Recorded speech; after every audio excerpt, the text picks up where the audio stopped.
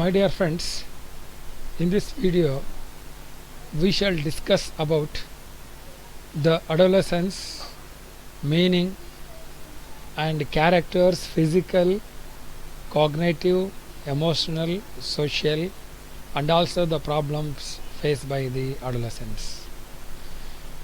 ಪ್ರಿಯ ವಿದ್ಯಾರ್ಥಿ ಸ್ನೇಹಿತರೆ, ಈ ಒಂದು ವಿಡಿಯೋದಲ್ಲಿ ನಾವು ವಿಶೇಷವಾಗಿ ಕೌಮಾರ್ಯಾವಸ್ಥೆ ಅಥವಾ ತಾರುಣ್ಯಾವಸ್ಥೆ, ಅದರ ವ್ಯಾಖ್ಯೆಗಳು, ಅರ್ಥ ಮತ್ತು ದೈಹಿಕ, ಸಾಮಾಜಿಕ, ಜ್ಞಾನಾತ್ಮಕ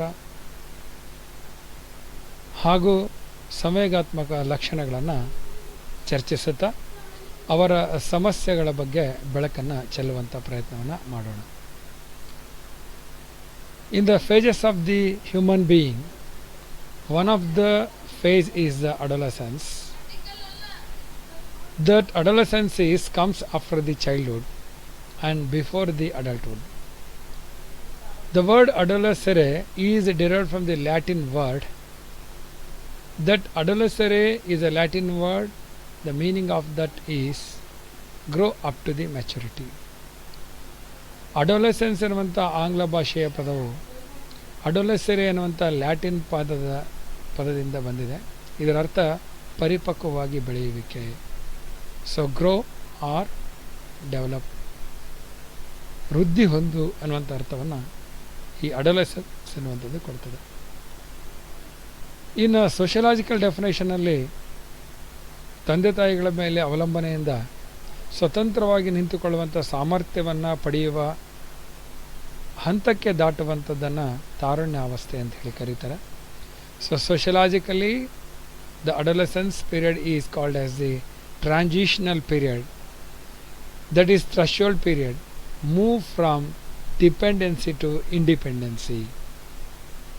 And cultural definition of the adolescence is quite different. Culturally, the adolescence is derived as to lead a new life through the marriage. ವಿವಾಹದ ಮುಖಾಂತರ ಹೊಸ ಒಂದು ಜೀವನವನ್ನು ಆರಂಭಿಸುವಂಥ ಹಂತ ಅಂತೇಳಿ ಅಡೋಲೆಸೆನ್ಸನ್ನು ಕಲ್ಚರಲಲ್ಲಿ ಕರೀತಾರೆ. Then psychological definition of the adolescence is like this. ಬಾಲ್ಯದ ವರ್ತನೆಗಳು ಬದಲಾಗಿ ಪ್ರೌಢ ವರ್ತನೆಗಳಾಗುವ ಹಾಗೂ ತಕ್ಷಣದ ಬದಲಾವಣೆಗಳಿಂದಾಗಿ ಹೊಂದಾಣಿಕೆಯ ಸಮಸ್ಯೆ ತಲೆದೋರುವ ಅವಧಿಯ ತಾರುಣ್ಯ. The period of transition of the childish behaviour into matured behaviour and occurrence of the problems of the adjustment due to the immediate change is called as adolescence.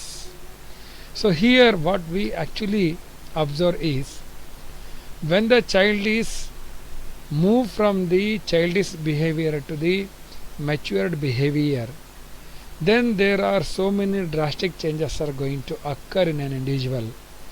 So in order to manage that changes, the individual is going to face some problems. Hence it is a adjustment period for the problems which are suddenly arise in the life of the individual. So this is a psychological definition, adjustment. And then it is also called as teen age. ಇದನ್ನು ಹದಿಹರೆಯವನ್ನು ಕನ್ನಡದಲ್ಲಿ ನಾವು ಇಂಗ್ಲೀಷಲ್ಲಿ teen age ಅಂತ ಕರಿತೀವಿ, ಕನ್ನಡದಲ್ಲಿ ಹದಿಹರೆಯ ಅಂತ ಕರಿತೀವಿ. ಇದು ಸಂಖ್ಯಾವಾಚಕ ವಿವರಣೆ ಆಗಿದೆ. ಯಾವ ವಯಸ್ಸು ಹದಿಯಿಂದ ಆರಂಭವಾಗಿ ಹದಿಗೆ ಮುಕ್ತಾಯ ಆಗುತ್ತೋ ಅಂತಹ ವಯಸ್ಸನ್ನು ಹದಿಹರೆಯ ತಾರುಣ್ಯಾವಸ್ಥೆ ಅಂತ ಕರೀತಾರೆ. ಸಾಮಾನ್ಯವಾಗಿ ಹದಿಹರೆಯ 12ನೇ ವಯಸ್ಸಿಂದ ಆರಂಭವಾಗಿ 19ನೇ ವಯಸ್ಸಿಗೆ ನಿಂತ್ಕೊಳ್ಳುತ್ತೆ. ಹಾಗಾಗಿ ಇಲ್ಲಿ 12 ಅಥವಾ 13 ಅಂತ ಅನ್ನುವಂಥದ್ದು ಹದಿ ಅನ್ನುವಂಥದ್ರಿಂದ ಆರಂಭ ಆಗಿ 18 ಅಥವಾ 19 ಅನ್ನುವಂಥದ್ದು ಹದಿಗೆ ಮುಕ್ತಾಯ ಆಗಿದ್ದರಿಂದ ಇದನ್ನು ಸಂಖ್ಯಾವಾಚಕವಾಗಿ ಹದಿಹರೆಯ ಅಂತೇಳಿ ಕರಿತೀವಿ. Teen age is start from 13 and ends at 19. So the number which start with 13 is ends with the teen. The word ends with the teen.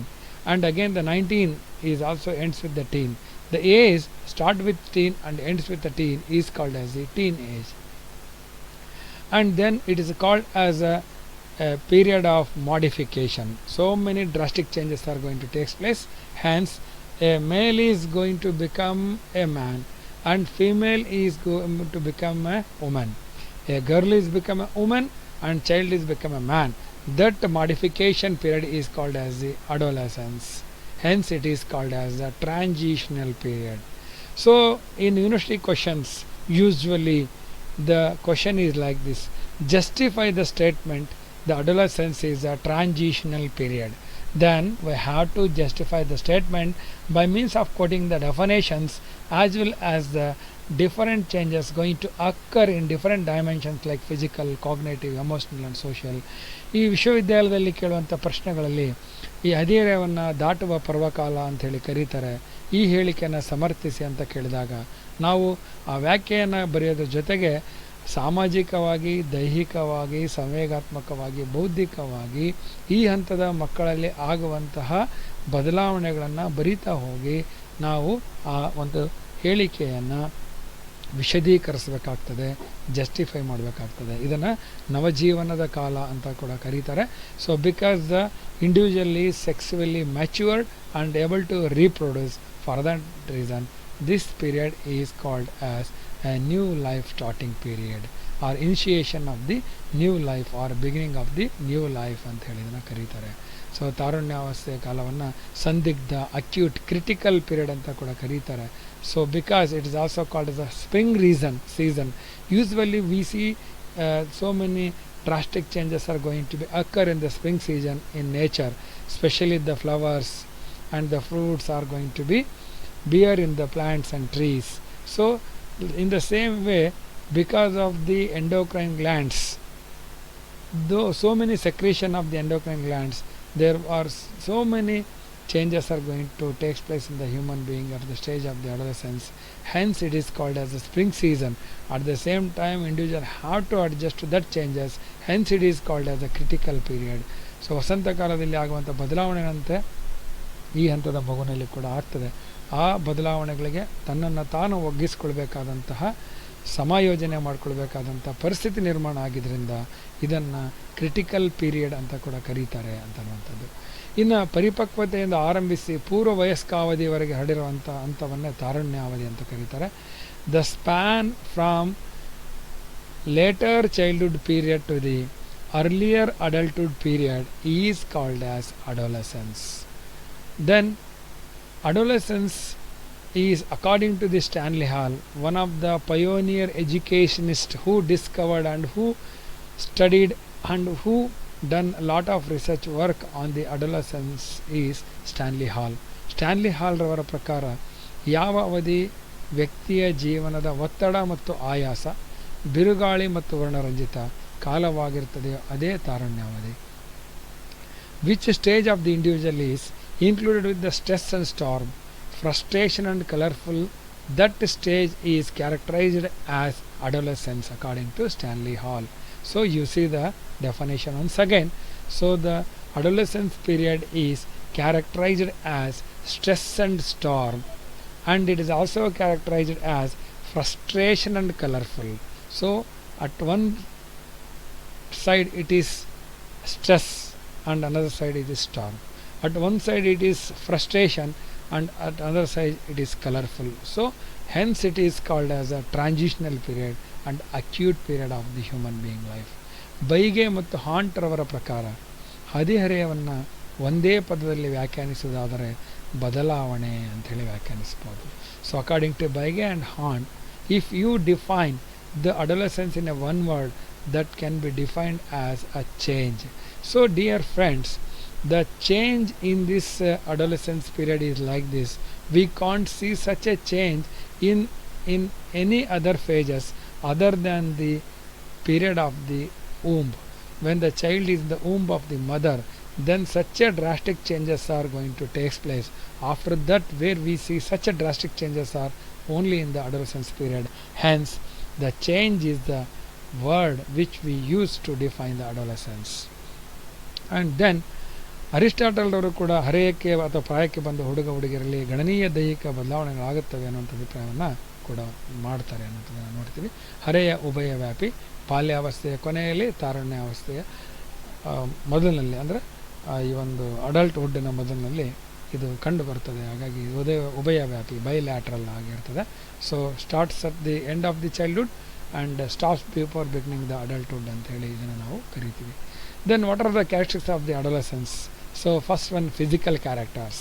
So there are drastic changes and rapid changes in the physical body of the individual, and change in the height and weight, difference in proportions of the external organs, especially the external organs, the legs and the hands are going to be grow in different proportions, not in equal and uniform proportions. ಧ್ವನಿಯಲ್ಲಿ ಬದಲಾವಣೆ, change in voice, ಹುಡುಗಿಯರಲ್ಲಿ ಅತ್ಯಂತ ಕೀರಲು ಧ್ವನಿ ಆಗಿದ್ದರೆ ಹುಡುಗರಲ್ಲಿ ಅತ್ಯಂತ ಗಡುಸಾದಂಥ ಧ್ವನಿ ಕಂಡುಬರ್ತದೆ. ಲೈಂಗಿಕ ಅಥವಾ ಲಿಂಗ ಲಕ್ಷಣಗಳು, increase in the ಜೆನಿಟಲ್ organs. So ಈಗಾಗಲೇ ಹೇಳಿದಂತೆ ಮಗು ಈ ಅವಸ್ಥೆಯಲ್ಲಿ ರೀಪ್ರೊಡಕ್ಷನ್ ಪುನರುತ್ಪತ್ತಿ ಮಾಡುವಂಥ ಶಕ್ತಿಯನ್ನು ಪಡ್ಕೊಂಡಿದ್ದರಿಂದಾಗಿ ನಮ್ಮ ಲೈಂಗಿಕ ಅಥವಾ ಲಿಂಗದಲ್ಲಿ ಕೂಡ ಅನೇಕ ಲಕ್ಷಣಗಳು ಅಧೀನದಲ್ಲಿ ಕಂಡುಬರ್ತದೆ. ಹಾಗಾಗಿ ಸೆಕೆಂಡರಿ ಸೆಕ್ಸುವಲ್ ಡಿಸ್ಪೋಸಿಷನ್, ಆನುಷಂಗಿಕ ಅಥವಾ ದ್ವಿತೀಯ ಹಂತದ ಲಿಂಗ ಲಕ್ಷಣಗಳು ಕೂಡ ಈ ಹಂತದಲ್ಲಿ ಕಂಡುಬರ್ತದೆ. ವಿಶೇಷವಾಗಿ ಈ ಥರದ ಬದಲಾವಣೆಗಳಿಂದಾಗಿ ಎಂಡೋಕ್ರೈನ್ ಗ್ಲ್ಯಾಂಡ್ಸ್ ಅಂದರೆ ನಮ್ಮೊಳಗಿನ ನಿರ್ನಾಳ ಗ್ರಂಥಿಗಳ ರಸದಗಳ ಸ್ರವಿಕೆಯಿಂದಾಗಿ ಅಟ್ರಾಕ್ಷನ್ ಟವರ್ಡ್ಸ್ ಆಪೋಸಿಟ್ ಸೆಕ್ಸ್, ಅನ್ಯಲಿಂಗದವರಲ್ಲಿ ಆಕರ್ಷಣೆ ಕೂಡ ಈ ಹಂತದಲ್ಲಿ ಕಂಡುಬರುವಂಥದ್ದು. ಇನ್ನು ಫಿಸಿಕಲ್ ಚೇಂಜಸ್ ಆದಮೇಲೆ ಕಾಗ್ನೇಟಿವ್ ಚೇಂಜಸ್ಸಿಗೆ ಬರೋದಾದರೆ ಬೌದ್ಧಿಕವಾಗಿ ಈ ಹಂತದ ಮಗು ಔಪಚಾರಿಕ ಕಾರ್ಯಾಚರಣೆ ಹಂತದಲ್ಲಿ ಇರುವಂಥ ಲಕ್ಷಣಗಳನ್ನು ತೋರಿಸ್ತದೆ. So we know that in formal operation period individual can able to solve the problems, think abstractly, think divergently, think critically, able to imagine, able to finish the projects. So ಬೌದ್ಧಿಕವಾಗಿ ಈ ಹಂತದ ಮಗು ಔಪಚಾರಿಕ ಕ್ರಿಯಾಚರಣೆ ಹಂತದಲ್ಲಿ ಇರ್ತದೆ. ಔಪಚಾರಿಕ ಕ್ರಿಯಾಚರಣೆ ಹಂತ ಅಂದರೆ ನಮಗೆ ಈಗಾಗಲೇ ಗೊತ್ತಿರೋ ಹಾಗೆ ಸಮಸ್ಯೆ ಪರಿಹರಿಸುವಂಥ ಸಾಮರ್ಥ್ಯವನ್ನು ಹೊಂದಿರ್ತದೆ, ಸಮಸ್ಯಾ ಸನ್ನಿವೇಶವನ್ನು ಸಂರಚಿಸುವಂಥ ಸಾಮರ್ಥ್ಯವನ್ನು ಹೊಂದಿರ್ತದೆ, ಅಮೂರ್ತವಾಗಿ ಆಲೋಚನೆ ಮಾಡುವಂಥ ಸಾಮರ್ಥ್ಯವನ್ನು ಹೊಂದಿರ್ತದೆ, ಅನುಗಮನಾತ್ಮಕ ನಿಗಮನ ಸಾಮರ್ಥ್ಯವನ್ನು ಹೊಂದಿರ್ತದೆ, ಪ್ರಕಲ್ಪನೆಗಳನ್ನು ಮಾಡಿಕೊಳ್ಳುವಂಥ ಸಾಮರ್ಥ್ಯವನ್ನು ಹೊಂದಿರ್ತದೆ, ಕ್ರಿಯಾ ಯೋಜನೆಗಳನ್ನು ಮಾಡಿಕೊಳ್ಳುವಂಥ ಸಾಮರ್ಥ್ಯವನ್ನು ಹೊಂದಿರ್ತದೆ, ಮತ್ತು ಕಲ್ಪನೆಯನ್ನು ಮಾಡಿಕೊಳ್ಳುವಂಥ ಸಾಮರ್ಥ್ಯವನ್ನು ಕೂಡ ಈ ಹಂತದ ಮಗು ಹೊಂದಿರ್ತದೆ. ಸಾಮಾನ್ಯವಾಗಿ ಕಾಗ್ನೇಟಿವ್ ಪೀರಿಯಡ್ನ ಕೊನೆಯ ಭಾಗ ಇದಾಗಿದ್ದು, ಸಾಮಾನ್ಯವಾಗಿ ಸರಾಸರಿ ಮಕ್ಕಳಲ್ಲಿ 16ನೇ ವಯಸ್ಸಿನಲ್ಲಿ ಈ IQ ಸ್ಥಿರತೆಯನ್ನು ಕಂಡುಕೊಳ್ಳುತ್ತೆ. ಬುದ್ಧಿಲಬ್ಧ 16ನೇ ವಯಸ್ಸಿನಲ್ಲಿ ಸಾಮಾನ್ಯ ಮಕ್ಕಳಲ್ಲಿ ಸ್ಥಿರತೆಯನ್ನು ಕಂಡುಕೊಳ್ಳುತ್ತೆ. ಅದೇ ನಿಧಾನ ಕಲಿಕಾ ಮಕ್ಕಳಲ್ಲಿ ಅವರು 14ನೇ ವಯಸ್ಸಿನಲ್ಲಿ IQ ಸ್ಥಿರತೆಯನ್ನು ಕಂಡುಕೊಳ್ಳುತ್ತೆ, ಮತ್ತು ಪ್ರತಿಭಾನ್ವಿತ ಮಕ್ಕಳಿದ್ದರೆ 20ನೇ ವಯಸ್ಸಿನವರೆಗೂ IQ ವೃದ್ಧಿ ಹೊಂದುತ್ತಾ ಹೋಗುತ್ತೆ. ಹಾಗಾಗಿ ಈ ಹಂತದಲ್ಲಿ ಬೌದ್ಧಿಕವಾಗಿ ಅತ್ಯಂತ ಪ್ರಬುದ್ಧವಾಗಿ ಮಗು ಬೆಳೆಯುವಂತಹ ಸೂಚನೆಗಳು, ಲಕ್ಷಣಗಳನ್ನು ನಾವಿಲ್ಲಿ ನೋಡಲಿಕ್ಕೆ ಸಾಧ್ಯ ಆಗುತ್ತೆ. ಮತ್ತು the individual is in you turn cognitively at adolescence. The formal operation period characters are appear here. Next one is ಹದಿಹರೆಯದವರ ವರ್ತನಾ ಸಮಸ್ಯೆಗಳು. ಸಂವೇಗಾತ್ಮಕವಾಗಿ ಮಗು ಅಸ್ಥಿರತೆಯನ್ನು ಹೊಂದುವಂಥ ಸಾಧ್ಯತೆ ಇರುತ್ತೆ, ಆಪೋಸಿಟ್ ಸೆಕ್ಸ್ ಅಟ್ರಾಕ್ಷನ್ ಹೆಚ್ಚಾಗಿ ಆಗ್ತಾ ಹೋಗುತ್ತೆ, ಮತ್ತು ಹೀರೋಯಿಕ್ ಕ್ಯಾರೆಕ್ಟರ್ಸನ್ನು ಡೆವಲಪ್ ಮಾಡಿಕೊಂಡು ಹೀರೋ ವರ್ಷಿಪ್ಪನ್ನು ಕೂಡ ನಾವು ನೋಡುವಂಥ ಸಂದರ್ಭಗಳು ಕೂಡ ಇಲ್ಲಿ ಬರ್ತವೆ. ಹಾಗಾಗಿ emotionally child is somewhat imbalance. ಸಾಮಾಜಿಕವಾಗಿ ಕೂಡ ಪರಿಚಿತರ ಸಂಖ್ಯೆ ಹೆಚ್ಚಾಗಿ ಸ್ನೇಹಿತರ ಸಂಖ್ಯೆ ಕಡಿಮೆ ಆಗ್ತಾ ಹೋಗುತ್ತೆ. ಅನ್ಯಲಿಂಗದವರ ಆಕರ್ಷಣೆಯ ಕಾರಣದಿಂದಾಗಿ ಅವರ ಗುಂಪು ಯಾವುದೇ ರೀತಿಯಾದಂಥ ಲಿಂಗ ಭಿನ್ನತೆಯನ್ನು ಹೊಂದಿರಲಾರ್ದೇ ಎಲ್ಲರೂ ಕೂಡ ಅಲ್ಲಿ ಗಂಡು ಮತ್ತು ಹೆಣ್ಣು ಒಟ್ಟಾಗಿ ಸೇರ್ತಾರೆ. ಆದರೆ ಸೇರುವಿಕೆಗೆ ಒಂದು ಸೆಕ್ಸುವಲ್ ಅಟ್ರಾಕ್ಷನ್ ಇರುತ್ತೇವೆ, ಬೇರೆ ಯಾವುದೇ ರೀತಿಯಾದಂಥ ಅಟ್ರಾಕ್ಷನ್ ಇರೋದಿಲ್ಲ ಅಂತ ಗಮನಿಸಬೇಕಾಗ್ತದೆ. ಈ ಥರದ ಬದಲಾವಣೆಗಳಿಂದಾಗಿ ಮಗು ಅನೇಕ ಈ ಹದಿಹರೆಯದ ಮಗು ಅನೇಕ ಸಮಸ್ಯೆಗಳಿಗೆ ತನ್ನನ್ನು ತಾನು ತೆರೆದುಕೊಳ್ಳುತ್ತೆ. First one is adjustment of the sexual problems. So ಸಮಾಯೋಜನೆ, ಲೈಂಗಿಕ ಸಮಾಯೋಜನೆ. Imagination of the pseudo audience. ಈ ಹಂತದ ಮಗು ತನ್ನನ್ನೆಲ್ಲರೂ ನೋಡ್ತಾ ಇದ್ದಾರೆ, ನನಗೆ ಪ್ರೇಕ್ಷಕ ವರ್ಗ ಇದೆ ಅಂಥೇಳಿ ಭಾವಿಸ್ಕೊಳ್ಳುತ್ತೆ. ಅದು ಅವನ ಒಂದು ಇಮ್ಯಾಜಿನೇಷನ್ ಅಥವಾ ಅವಳ ಒಂದು ಇಮ್ಯಾಜಿನೇಷನ್ ಆಗಿರ್ತದೆ, ಕಲ್ಪನೆ ಆಗಿರ್ತದೆ ವಿನಃ ನಿಜವಾಗ್ಲೂ ಆಗಿರೋದಿಲ್ಲ. ಹಾಗಾಗಿ ಈ ಹಂತದ ಮಕ್ಕಳು ನಡೆಯುವ ಭಂಗಿಯಲ್ಲಿ ಬದಲಾವಣೆ ಮಾಡ್ಕೊಳ್ತಾರೆ, ಮಾತನಾಡುವ ಭಂಗಿಯಲ್ಲಿ ಬದಲಾವಣೆ ಮಾಡ್ಕೊಳ್ತಾರೆ, because they think that the imaginary audience are there. Vocational problem is quite common. Then role confusion. So ಯಾವ ಥರದ ಪಾತ್ರವನ್ನು ಮಾಡಬೇಕು, ಹುಡುಗನಂತೆ ವರ್ತಿಸಬೇಕಾ, ಹಿರಿಯವನಂತೆ ವರ್ತಿಸಬೇಕಾ. So because so many times the adults are insist the adolescence period child to act like child. You are not grown up. Sometimes they direct the adolescents to think and act in a good manner and a matured manner. Don't think childish behaviors. Don't show childish behaviors.